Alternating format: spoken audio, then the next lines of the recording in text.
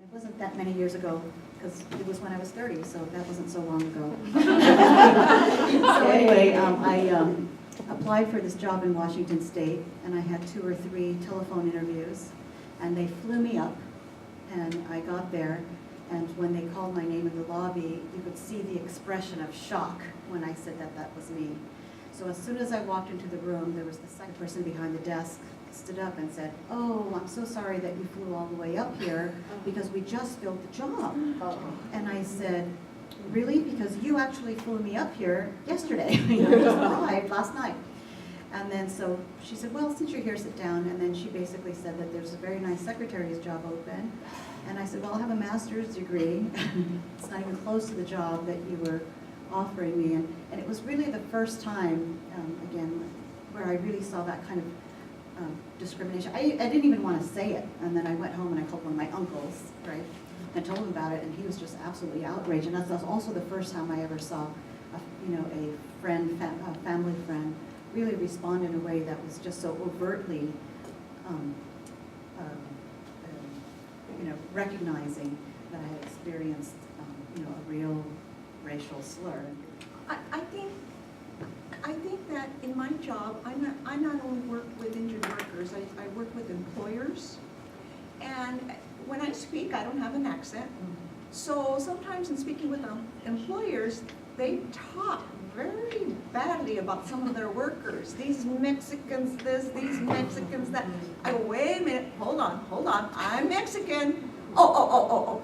I have to stop it right there because I cannot allow that type of discussion about my people, and just because you can't see me, you can't tell by the way I speak, that doesn't give you the right to disparage somebody or a group of people. So I understand what these ladies are saying is that, we pretend we're whatever you think we are, because we're no different. We're no different. It's just we look different. So piggybacking on that, how about prejudices within our own race? Tina? Or have you witnessed it and how do you respond?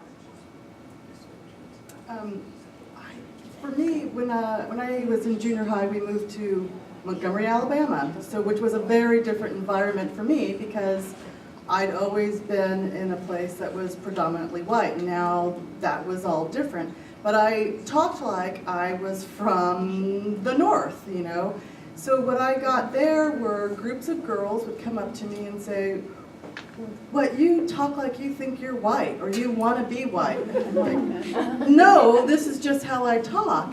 "Well, why are you hanging out with those girls? Why are you doing this?" And so that was that happened a lot. It happened through high school, it happened through middle school, to the point of it's only been, a handful of years where I meet new groups of black families or people that I don't know from something else that I'm thinking, "Oh, they're gonna think that I'm talking white or I'm white," and I don't want to be white. I'm just who I am, and just because it doesn't fit your mold doesn't mean that I'm not as good as you are or as black as you are or as anything as you are. It just means I'm different. I also don't speak Tagalog, but I have very good receptive skills. The only time I experienced that is when I actually visited the Philippines, because I had pretty good receptive skills. When people would talk to me, I would answer in English, and that was considered very rude. And they would call me suplada, and it was kind of like snobbish, that I was trying to act as though I was better than them because I was answering in English. But that was something I only experienced there. I will say that as I've gotten older, I have become more and more proud of my own ethnicity, whereas I think when I was younger, I was so eager to fit into this country, I a little bit denied it, and you can't hide it, of course, but I really worked hard to act as though, I was born here. I never said I was born here, but I really try to act like the people that live here. But, as I got older and was raising my children, they have all the ethnic foods in their kitchen, they're 28 and 32. And, I've sent them to Japan. I've not sent them to the Philippines because I consider Okinawa my home. But they definitely have embraced those cultures as well. We practice a lot of Filipino traditions in the house. This is our last pre-question, and then we'll go to the audience. But to all of you, do you feel that affirmative action programs have been effective in opening up employment opportunities? This goes, to talk about our professional settings. I'm going to say definitely yes.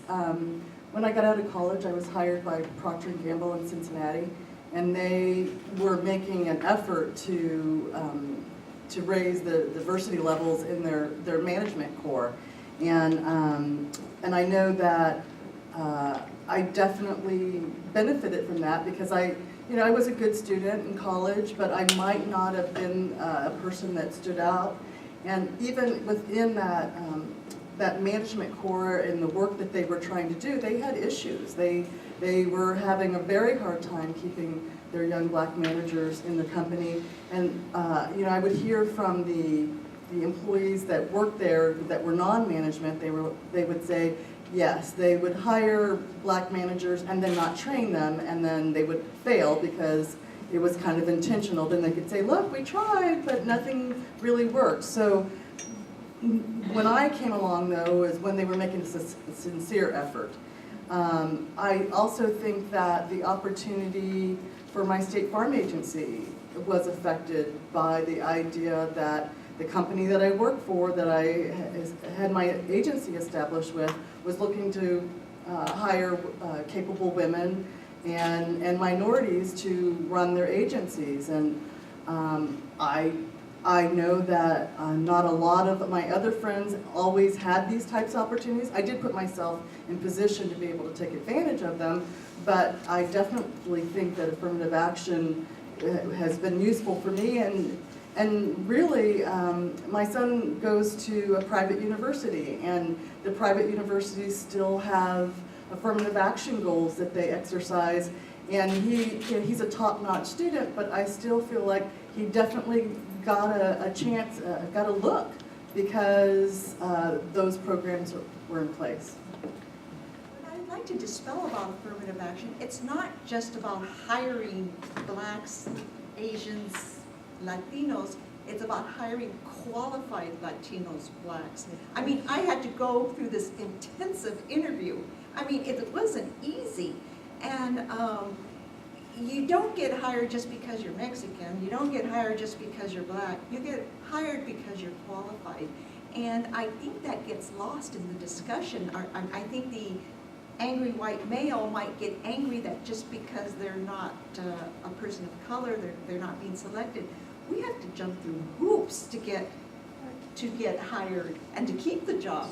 It's a very difficult. I was 22 years old. I got this management job. People didn't like it. I had a lot of criticism of the job. I got this ugly letter sent to me. Of course, it was anonymous. And it's a hard thing for people to swallow, but I think we need it. I still think we need diversity. We need different opinions of everybody. I agree. I think I also have benefit. The first time I experienced this was applying for college, and being an international student, I think was helpful. And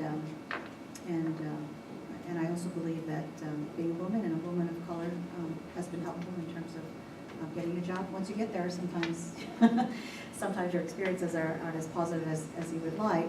And I do think in terms of keeping your job, and I think all women experience this, that you have to work that much harder, and that's particularly true of women of color. You have to prove yourself a little bit more once you're in the door.